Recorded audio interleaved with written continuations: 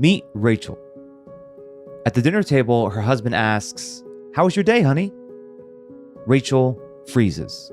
A simple question, but it hits her like a wave. Her shoulders tense, her stomach tightens, and after a long pause, she forces out, "It was fine. Just another day at work. How was your day?" She listens as he responds, but her mind keeps drifting to the same nagging thought. What am I doing with my career? Rachel is a senior director of customer success at a software development company. She's worked there for 8 years, and while she's been very proud of her role, lately it's felt different. A shift in leadership has brought about new priorities where they focus solely on the bottom line, sidelining people and development, which are parts of her role that used to bring her so much joy. She remembers how energized she felt in the early years when she was building her team, collaborating, and solving problems that genuinely impacted customers. But now she spends most of her time preparing reports, sitting in uninspiring meetings, and putting out fires. She feels like her work has become mechanical, and she feels completely disconnected from any real purpose. At the office, Rachel is known for her composure and reliability, but inside, she feels restless and unsure. Is she overthinking? Or is the company culture no longer aligned with her values? Despite positive performance reviews and praise, Rachel can't shake the feeling that she's coasting. Am I just afraid of change, she wonders? Do I need to step out of my comfort zone and make a big move? That evening, after dinner, Rachel opens up her laptop to scan job postings, but quickly closes it, feeling overwhelmed at the idea of starting over. She feels stuck, caught between the comfort of the familiar and the pull to do something more meaningful.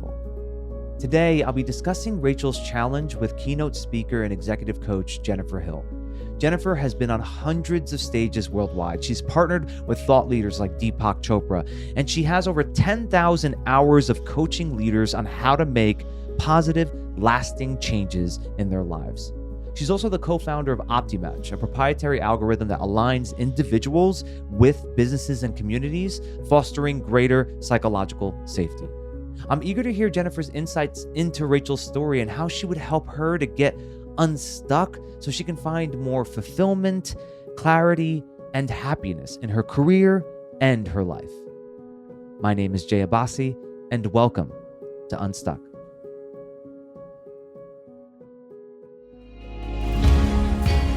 Real people, real stories, real solutions.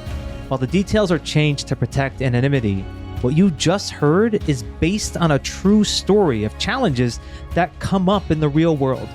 And we discuss how to navigate these environments with practical tips to help you get unstuck and build a more fulfilling, impactful, and balanced life and career. So Jennifer, I heard you say something recently that surprised me. You said something in a video that you are a recovering jerk. And I've met you. I don't think you're a jerk. I think you're incredibly kind and warm. But it got me curious. What did you mean by that? Jay, I am very transparent with people about it. God forbid, if you're watching this, you're my ex-husband or some of my old employees from back in the day. I apologize. Please forgive me. Thank you for being in my life so that I may love you. When I was younger, I just didn't understand the beautiful nuances of how we're all designed differently. And unfortunately, I went around treating everybody as though they were misbehaving versions of me. Like, oh, I would never do that. I would work faster, smarter, quicker, whatever. And then it's only been the last about 10 to 15 years that I've really gone deep into personal development work, deep into mindfulness, meditation, and a myriad of other tools that's helped me to elevate my understanding. And honestly, I think that's the breakdown, Jay, of why so many of us get into arguments with our loved ones, our colleagues, our romantic partners, is we all treat each other as if we're misbehaving.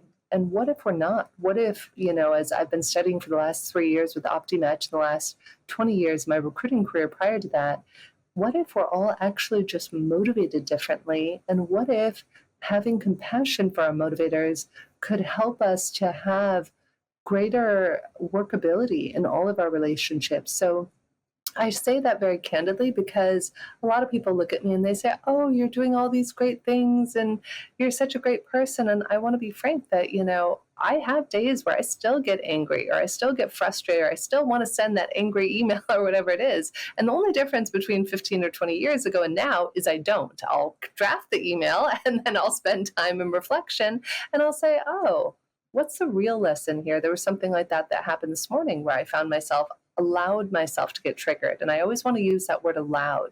It's not that anybody ever does something to us. We allow ourselves to get triggered or not. It's when that amygdala side of our brain starts running the show. So we always want to be asking ourselves, Jay, who has the reins of our consciousness right now? Is it that higher brain function, that neocortex executive brain? Or is it that little rapscallion in the back that's like, wee, we're going to destroy the world? And so I would say for probably the first 20, 30 years of my life, it was the rapscallion, that little like devilish side that's like punishing people, including me. And now it's learning, who do I want to put the reins in the hands of? And it's a choice. That's the thing that I wish I could relay to everyone.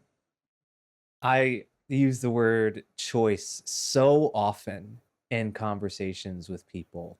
I use it as a substitute to control, because control is an illusion, in my opinion. And how you just described that, I think, was perfect, which is you still get triggered.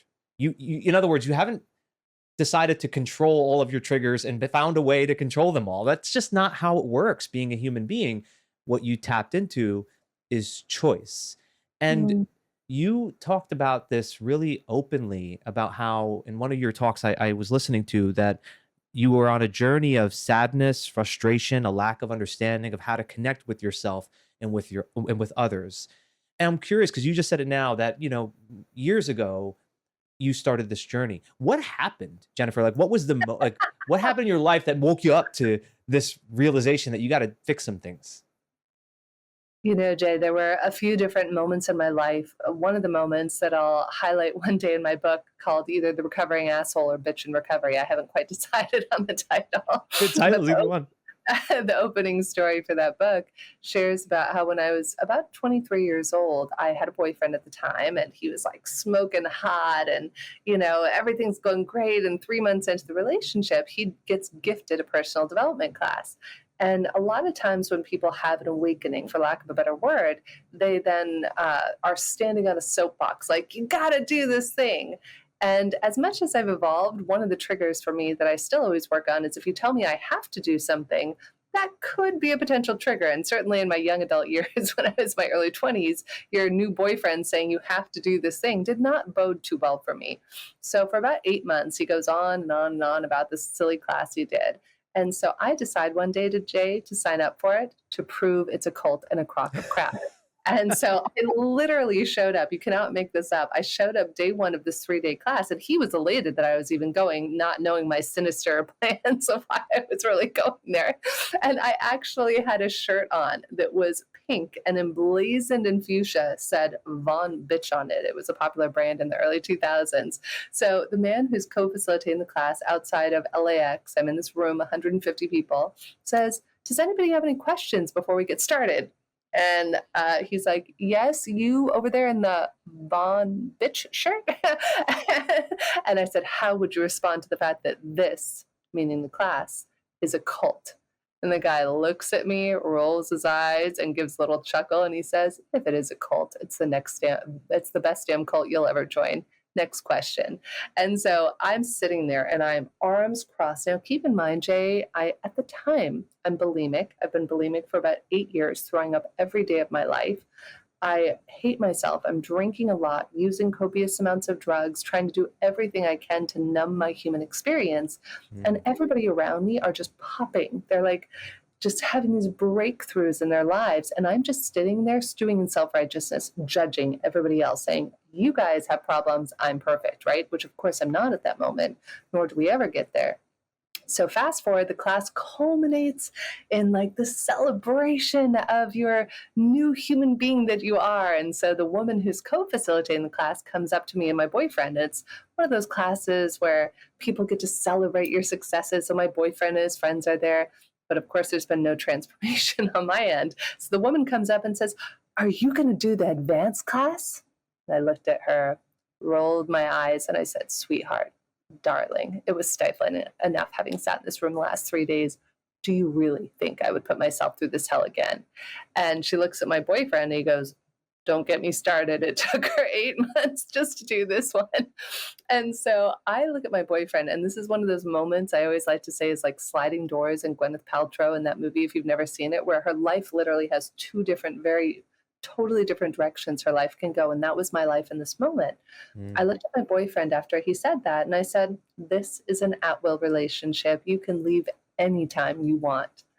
And she looks at me and she says, "Can I be really straight with you?" I said, "Sure, darling, you go ahead. You be really straight with me." She said, "You are a nasty thing. You are one of the most powerful women I've ever met in my life, except you know what? You are using your powers to destroy people around you. You're like Godzilla walking through a city with a huge tail swinging behind you, knocking down buildings wherever you go. Except guess what? Those aren't buildings. Those are people whose lives you're destroying." She looks at my boyfriend, says, "Leave her. It's what she needs," and walked away. In that moment, Jay, I was like, my mouth was hanging open. I was like, what just even happened right now? So fast forward, I go into my office the next day and I was like, was this woman off her rocker or is there some truth to it? And I had been at the company I'd been at for about a year at that point. And I went into the office and it was a team meeting, 25 people. And I was like, have I ever been condescending or demeaning maybe to any of you or unkind in any way? And the office, Jay, went so quiet you could hear a pin drop Mm. until one woman bursts out laughing and says, "J Hill." That was my old nickname, and the name of my first company was J Hill something something. And anyways, and she says, "J Hill, you are only the most condescending, demeaning bitch we've ever met in our lives, and we have no idea how you're successful." And so every moment since then, that was 20 years ago, I know moment by moment I have a choice. Do I go Mm. to the dark side and do I give the bitch the reins, or do I put the reins back in my hand and give my higher consciousness the reins to guide my conversations, thoughts, and actions? Wow. So you converted, but it took a lot for you to have to convert. I can relate to that sense of cynicism. I had too. I could remember times where people telling me, "Oh yeah, you should meditate," and I'm like, "Meditate? You want me to just sit there and do nothing for Yes, 20 minutes? What? waste Absolutely time. right. Waste of time. I have things to do, and it was like book after book, mentor after mentor, over time kept chipping away at me, kept chipping away at me. And I said, all right, fine. I'll give this thing a shot. And the first time I didn't really get too much out of it. And then the second time it was like, okay, I gotta, because once I commit to something, I'm gonna go all the way through. I'm gonna really, really try. But then things just started to happen. Like I was so much more capable of noticing how I was reacting to things. And I said, "Huh, I wasn't able to do this before." I wasn't so aware before. I wasn't able to notice these reactions earlier, and that's what then gripped me to keep wanting to go, to keep wanting to go. So, I think what you're saying is sometimes, it's like the harsh cynicism that you had and then the conversion of it, like the conversion to the other side really wakes us up and it led you down the path that you've been on for many years. Mm. Yeah, it's true. And that's why I like to be very candid about it because I think a lot of people can relate. We've all had those moments where we think we're the hero or the villain that can never be redeemed, the unredeemable, right? Is how I would have described myself years ago. And I think that the more we can all be honest with each other and authentic and just say, "Hey, I know it may look like we have our stuff together, but we still get angry, we still get sad, we still have hard moments." And I think if we could all share a little bit more candidly with one another, we would feel less alone. But the loneliness epidemic at an astounding 24% globally right now, people are feeling more lonely and disconnected than ever before, despite all of these wonderful tools, iPhones, smartphones, Zoom, podcasts. We're all in our own little bubbles and feeling more isolated and depressed than ever before. So I think the more that we can share our authentic truth, the more that that gives us the capacity to connect with ourselves and others more deeply. Yeah. I'm curious to learn more about how you work through the disconnection, because I find that anyone who I meet who tells me that they're feeling stuck, under the surface, what's really happening is they're disconnected. They're disconnected Mm. in some way, shape, or form. How do you stay connected, Jennifer? How do you stay connected? Well, for me, Jay, it's a very robust practice. I've evolved it over years. I started about 13 years ago meditating every day, and it just started with like a little 20 minutes once a day. And I haven't missed a day for 13 years.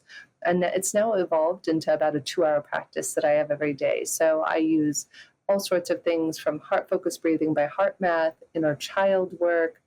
I spend time journaling, writing grateful lists, times in prayer, reflection, meditation. All of it basically culminates into this practice that allows me to be grounded in my truth.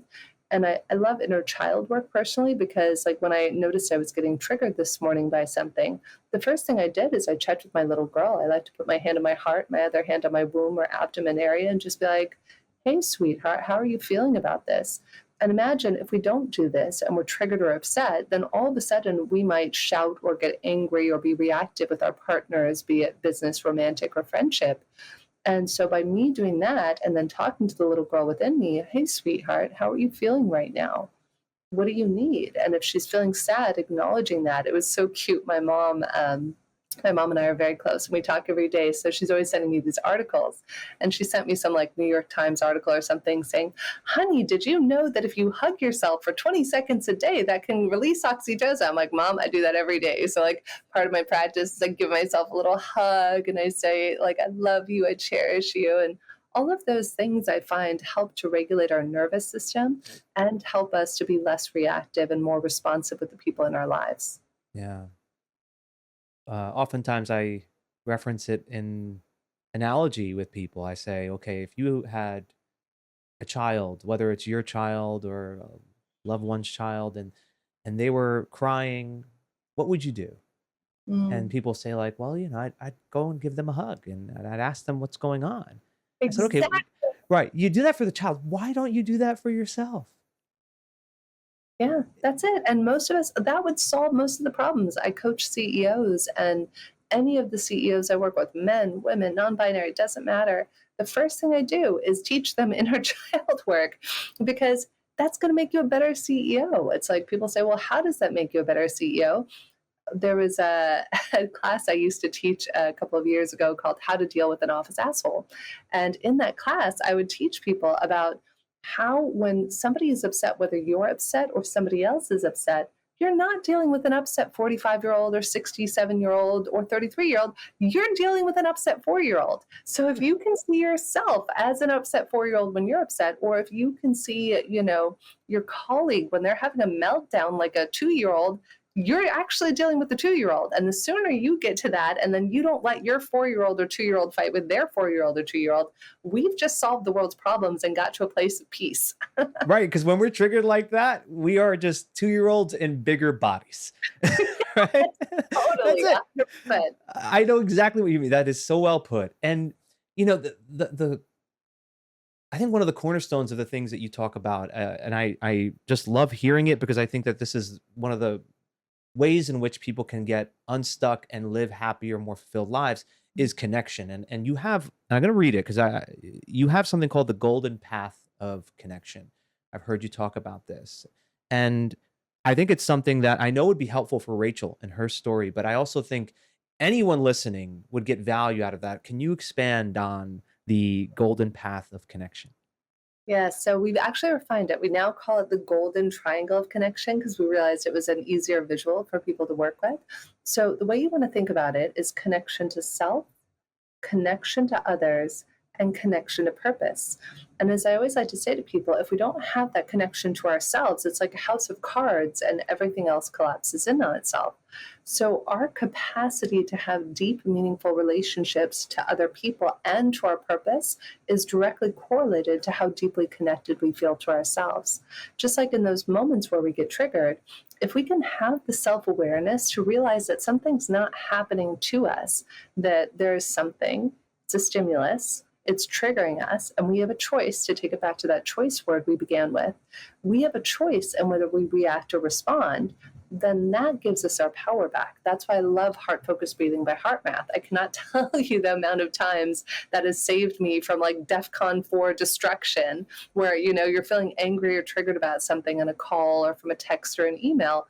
And if we can stop and pause, step one, and I've been teaching this for many, many years, over 20 years, step one is always to pause. If we can pause, it's in that microsecond, that millisecond, Jay, that our freedom comes back to us, because that's where we regain access to our prefrontal cortex and our higher decision-making abilities.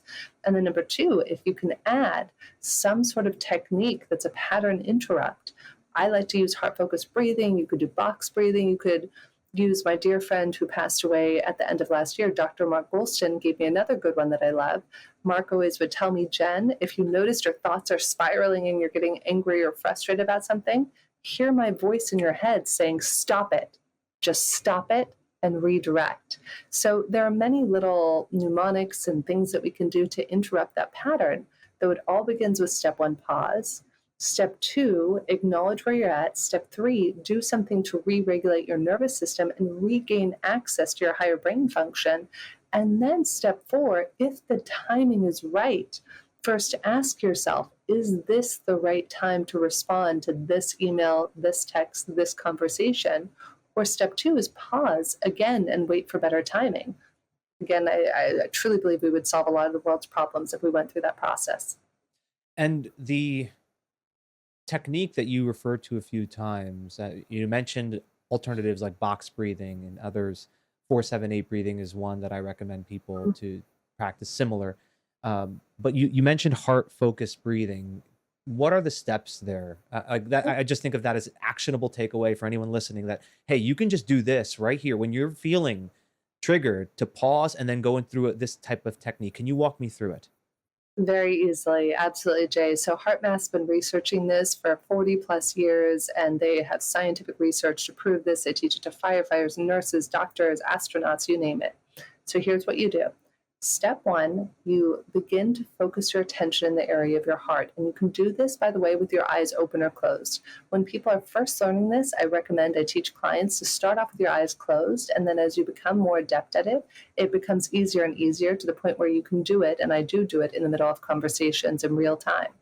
So step one is to begin to focus your attention in the area of your heart or chest. And then begin to imagine, step two, that your breath is flowing in and out right through the center of your heart or chest, as though your heart itself is doing the breathing. And then as you continue this slow, deep, heart-focused breaths in and out, the perfect number is 5 if you can get there. That's what they've scientifically shown. If you can breathe into the count of 5 right through the center of your heart or chest, and out to the count of 5. So I'll take you through it. Focus your attention in the area of your heart and imagine that your breath is flowing in and out right through the center of your heart or chest. Breathing a little slower and a little deeper than usual. Find an easy rhythm that's comfortable for you. As you continue slow, deep, heart-focused breaths in and out right through the center of your heart or chest, you can also connect to a regenerative feeling or emotion, such as connection, love, appreciation, or my favorite when I'm upset is calm. And you can imagine breathing in that feeling of calm right through the center of your heart or chest, and breathing out and pulsing that calm to everything and everyone around you. I'm doing that just 1 or 2 more times, breathing slowly and deeply and really feeling that emotion right in the center of your heart or chest, and breathing it out. And one more time, breathing slowly and deeply right to the center of your heart or chest. And one more time, releasing and letting go. It's that simple. That's a powerful technique. Mm. You immediately tap into a sense of grounding and presence. Mm. It seems to be a practice that I'm curious to do it in interactions as well, the way you alluded to, because I find that over the years, when I've been practicing meditation for many, many years, it seems more accessible to regular conversations, being on a call, having a conversation with my fiance at dinner, right? I can tap into it. And that's become something that's, I think, it's almost like a fun little game that I play, with my own mind and my own body. It's like, can I bring this into it more, deepen this more? So while, for the purposes of this being a practice that you can do formally, where you can close your eyes and do it, I definitely encourage that. But I would also encourage anyone listening, bring that into any day-to-day activity. Don't feel like it's something that you can only do before you start your day or only do 100%. at the end of your day. Yeah, it's meant to be used in real time. I cannot tell you the amount of times I've used that technique and has prevented fights with my husband, my co-founder, my whomever. If you do it in the real time, step one is that pause before you're about to say that thing that is about to be like poof and blow everything up, right? Pause, then see if you can implement a tool like this. And what I love is that you can do it with your eyes open. That's why I love teaching it to CEOs and executives. It's my go-to too. I don't ever suggest that anybody do anything that I don't personally do it daily for myself. Absolutely. Well, thank you for sharing that with me and guiding me through it. That was wonderful. And I have a few questions in regards to Rachel's story, and I know you read through it, and we've talked a little bit about it already. But there's something that she goes through in the story that comes up so often in what I hear people saying when they feel like there's something wrong with their work situation, and they say something like, "I could do more. I could do more," and it's like something's calling out to us that I could do more. So, how does one answer that calling? How do you tap into more? Well, I think I'd be careful with "I can do more" because it takes us into that dangerous slippery slope of should. I should be doing more. I should be doing that. And I think that if we approach it instead of "I could be doing more," I think I would more ask myself the question of what's missing? What's missing that would light me up in this job? What's missing that would make a difference? Whenever I would talk to job seekers when I was building the last legal recruiting company that we exited, I would always ask people, I never said, what's not working or why are you looking to leave? I'd always say, what's missing that would make a difference?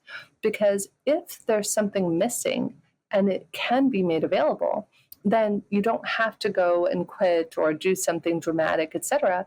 If you can insert whatever's missing, it can also be an ontological thing. It could be a way of being. Like what's missing is joy and satisfaction and looking for the good in myself and my colleagues. And so it might be a physical thing, like what's missing is I need more on-site team meetings and interaction with people, or in her story, in Rachel's story, I know she felt was the creativity was missing. So if I were suggesting this to Rachel and she was a client I was working with, I'd say, Rachel, listen, I get it. I always start with acknowledge how you're feeling, acknowledge how somebody else is feeling. I get it. It sucks. You feel like you're not living your purpose, like your creativity is going down the drain and you're not getting to feel self-expressed as a human being, which I understand is really important to you. So what if we were to approach the team and the leads that you work with the customer success team? And what if you went to them and said, hey guys, I'd love to do a meeting. Do you have 20 minutes in the next few weeks? Great, you set up the time. And then in the meeting, you talk about, what I love most and have appreciated most about my 8 years with you has been XYZ. what I'm noticing is missing, what I would love more of, and I wanted to brainstorm with you to see how we might make this available for me or for any of the other people on the team who are looking for this, is maybe more creative brainstorming sessions. I know we've had incredible productivity, and I'm so proud of what we've accomplished. And I would also love a little bit more ideation. Do you see a way where we might be able to incorporate that into some of what we're already doing? And then even come to the table with three solutions. I always tell people, if you're not, say, the CEO of a company and you're working for somebody else, one great thing to do is always come to the table with three solutions of how that can work. So that way you're doing the legwork for them ahead of time. Yeah. It's a simple approach of asking for what it is that you want. Mm. Asking for it. It seems like it doesn't oftentimes come to people because there's fears, right? There's fears that come up with that. Oh, I can't do that. In my role, I'm going to be rejected. No one's going to listen to it. Mm. The approach that you just gave, though, is one where, and you use the word collaborative, it's a collaborative effort that one can take. And the offering of three solutions could also make it where everyone involved can give their insights and their input into the solution. So it's not just, it's me trying to impose my ideas onto you. It's, as a team, how can we all work towards an aligned goal where, of course, the individual, in this case, Rachel, can tap more into that creativity. Yeah, 100%. That's it. And it becomes a process of clarification. It was a very important distinction I learned about 8 or 9 years ago in a class I did with a woman named Allison Armstrong on partnership. And she taught me one of the most valuable things I've ever learned in business, Jay. She said, Jennifer, great partnerships, be it business, romantic, friendship, always begin with a process of clarification. And so often we throw the baby out with the bathwater without going through the process of clarification, whether it's somebody we're looking to break up with, whether it's somebody who we're about to end a business relationship with. I always find that if we go through this process of clarification, get curious, ask some questions, be open and receptive to the answers, we can solve a lot of the problems that way and not need to terminate relationships in an untoward way. And sometimes you can't. Sometimes a process of clarification just gets you to clarity that it's not the right fit. It might be values are misaligned, culture is misaligned, and that's okay too. But that way you don't spend your life regretting, why did I leave that job? Why did I leave that person? So if I'm hearing you right, Jennifer, you're saying, and I'd love for you to expand on this, explore ways in which one could make it work and make some adjustments, find ways to fill those gaps before just jumping ship and saying, hey, this is not for me. Because then you're going to take whatever's missing with you everywhere you go, right? Yes. Oh my gosh. It's such a good point, is that we're constantly going to confront the same people, the same circumstances, the same romantic partnerships, the same bosses, until we do the internal work and look at it. There's a great story that I love from one of my Kabbalistic teachers. I study many spiritual disciplines, one of which is Kabbalah. And they have a very popular podcast called Weekly Energy Boosts I've been listening to for years. So one day, one of the ladies on the podcast, Elisheva, shares a story of a student. And the student comes to her and is so irate about this woman she works with.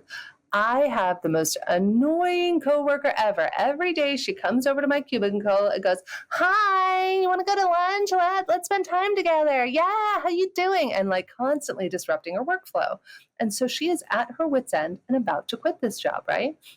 So she goes to the teacher, and the teacher said, is there any chance that you're that person to somebody else in your life? And she's like, no, I'm not that way. That's the most annoying thing ever. I would never do that. And she said, okay, well, then just reflect on the lesson. See if perhaps there's somewhere that might have shown up in your life before, or maybe where you're that person to somebody else, and just reflect on what the lesson is. And that's the point of being human, right? Reflecting on what the lesson is. So about a week goes by, and then all of a sudden she calls her teacher. She's like, I figured it out. And she's kind of ashamed. And she said, yeah, what was it?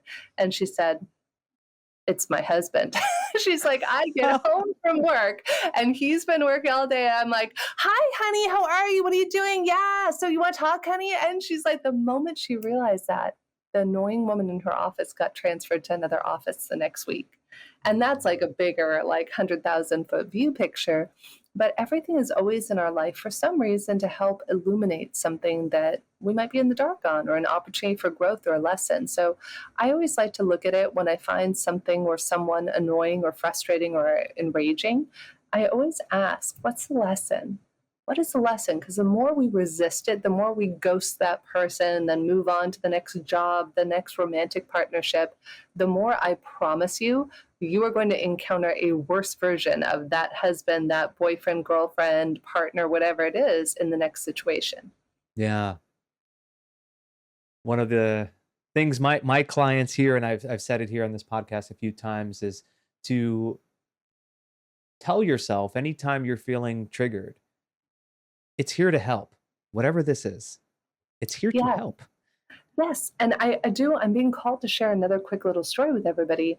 So at OptiMatch, what we do is we measure your motivators. And what we found over the last 3 years in doing extreme research on this is that if my motivators and your motivators are misaligned, that also causes conflict. So a funny story about one of our vendors, we had this gentleman who we were working with who is a new vendor for us.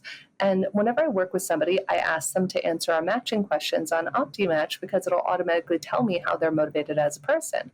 So I asked this guy on a particular call to go and answer our matching questions. We've been working together about 6 months, and I had been irked by him a few times. And fast forward at the end of that call, I asked him a question about something. I said, "Oh, did you handle X?" "No." "Are you sure you didn't do?" "No." And then, "Could I call the other person about this?" "No." And it was like 3 no's. And I'm like, I was so frustrated. So I call my co-founder. We're frustrated. We're pissed about the situation. And so I wind up calling this other person. He tells me not to call. We got it resolved in an instant. Well, I was mad, Jay. I was pretty pissed off about it. I was like, why would this guy tell me no 3 times? That was so annoying.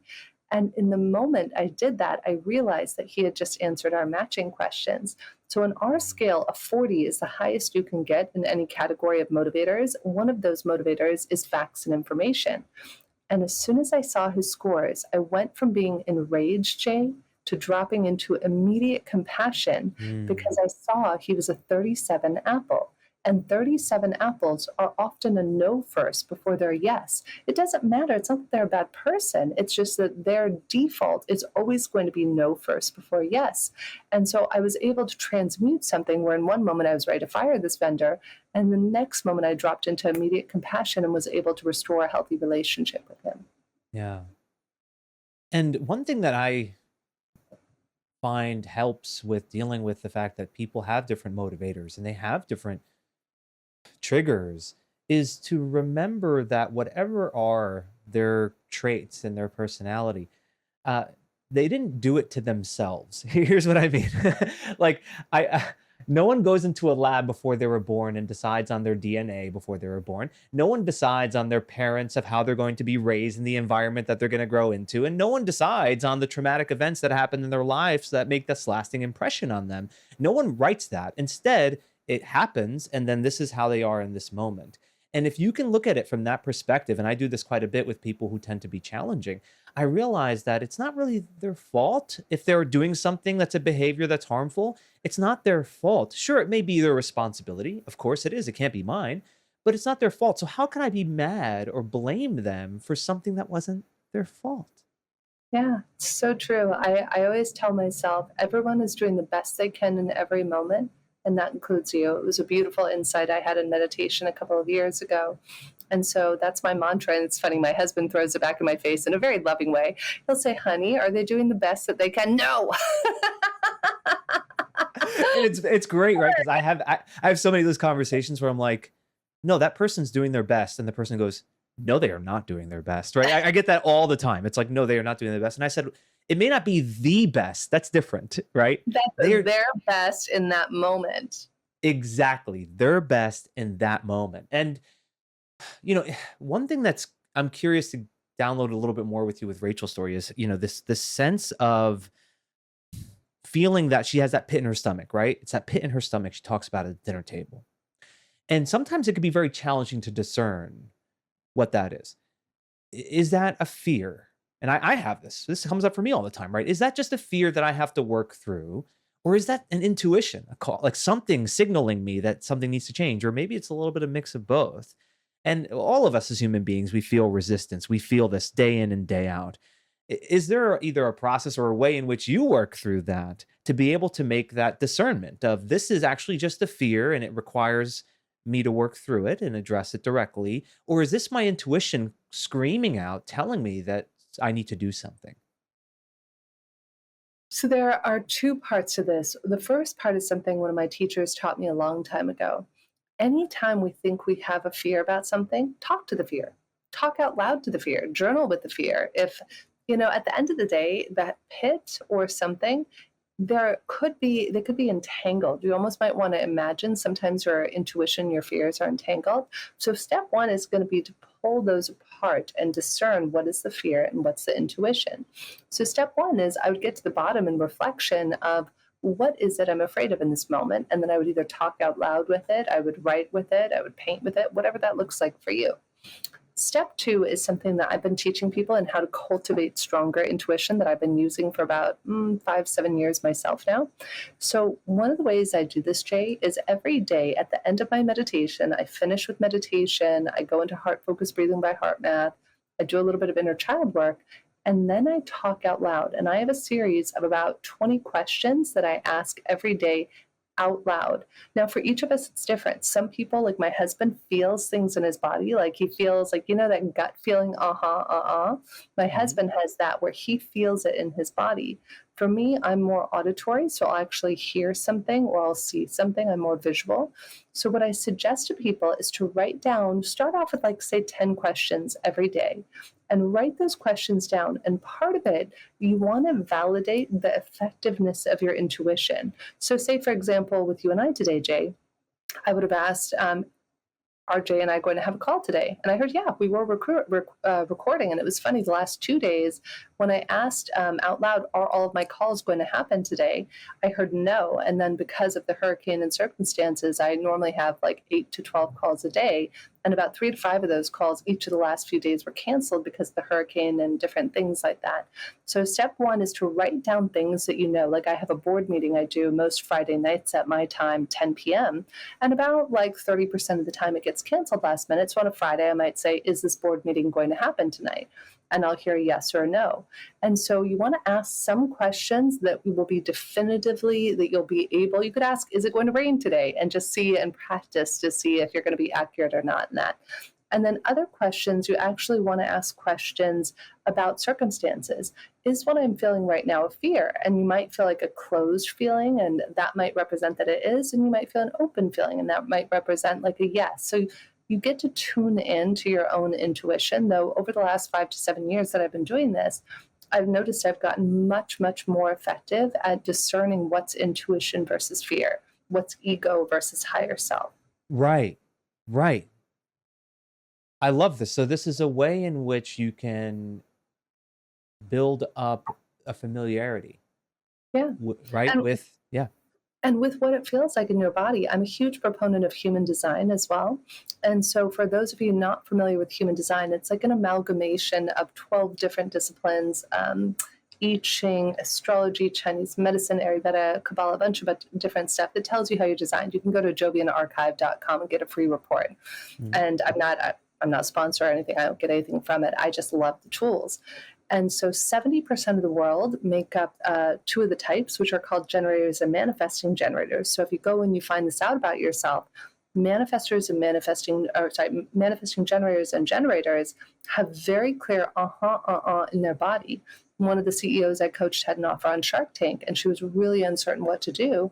So we took her into a process of heart focused breathing.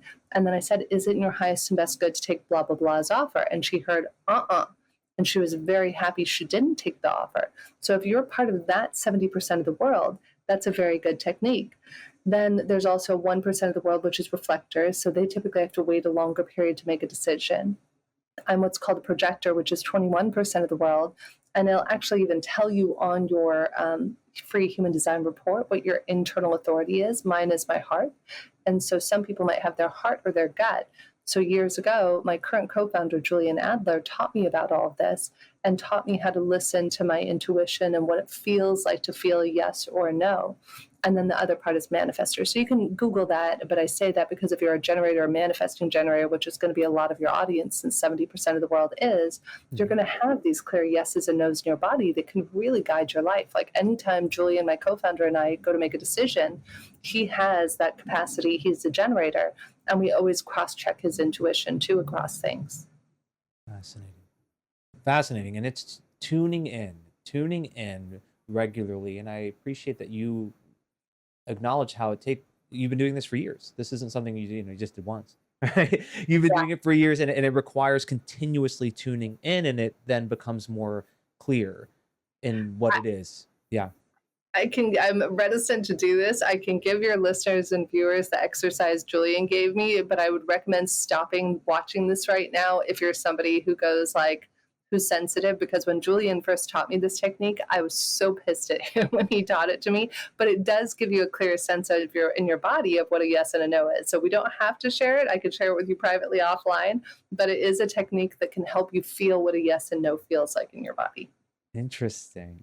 Or maybe we I don't know, maybe we do another episode and you and I will dive into that more, because I do think that comes up for people a lot.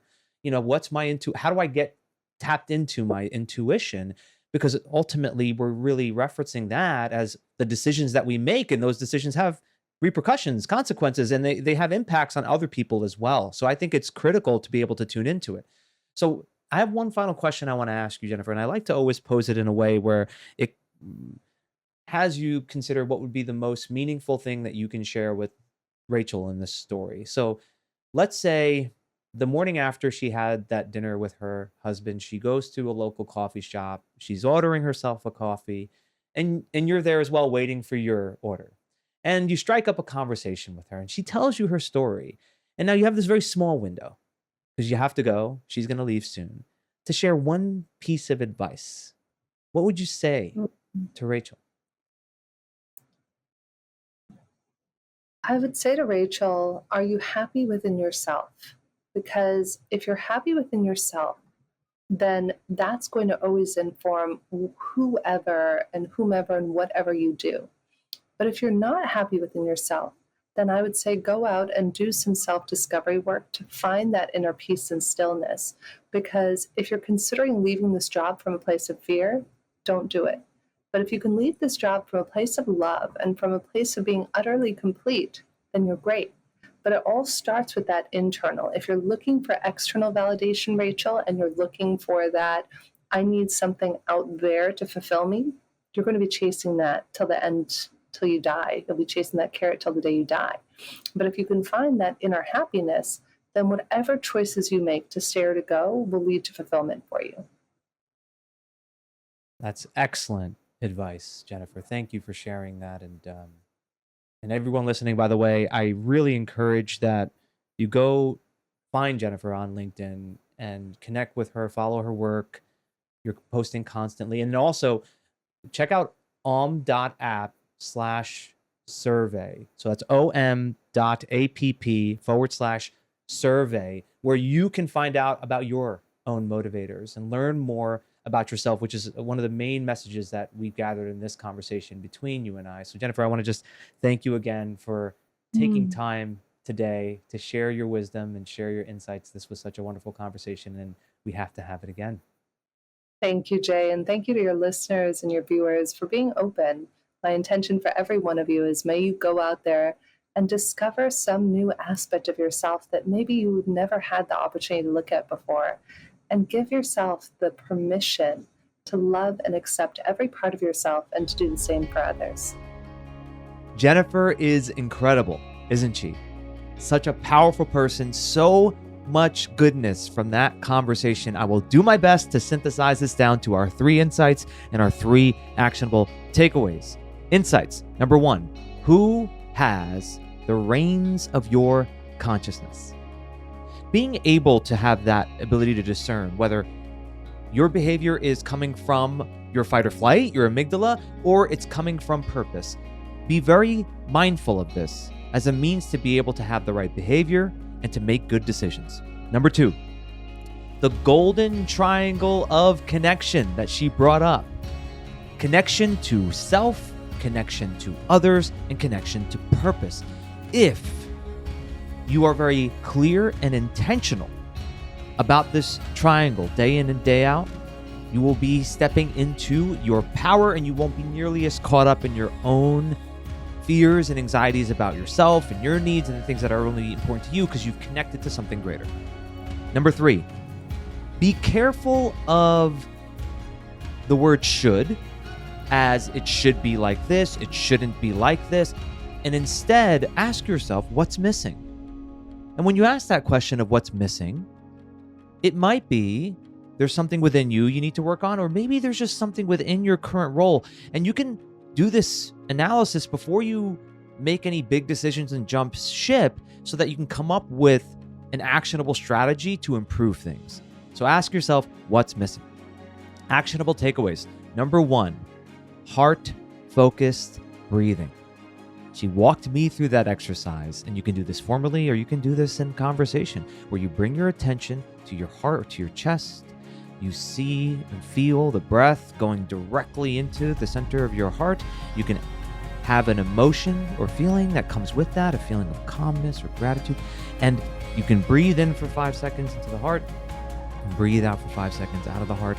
And the research by HeartMath has proven this to be an incredibly effective technique to help you to be present and not be caught into your anxieties.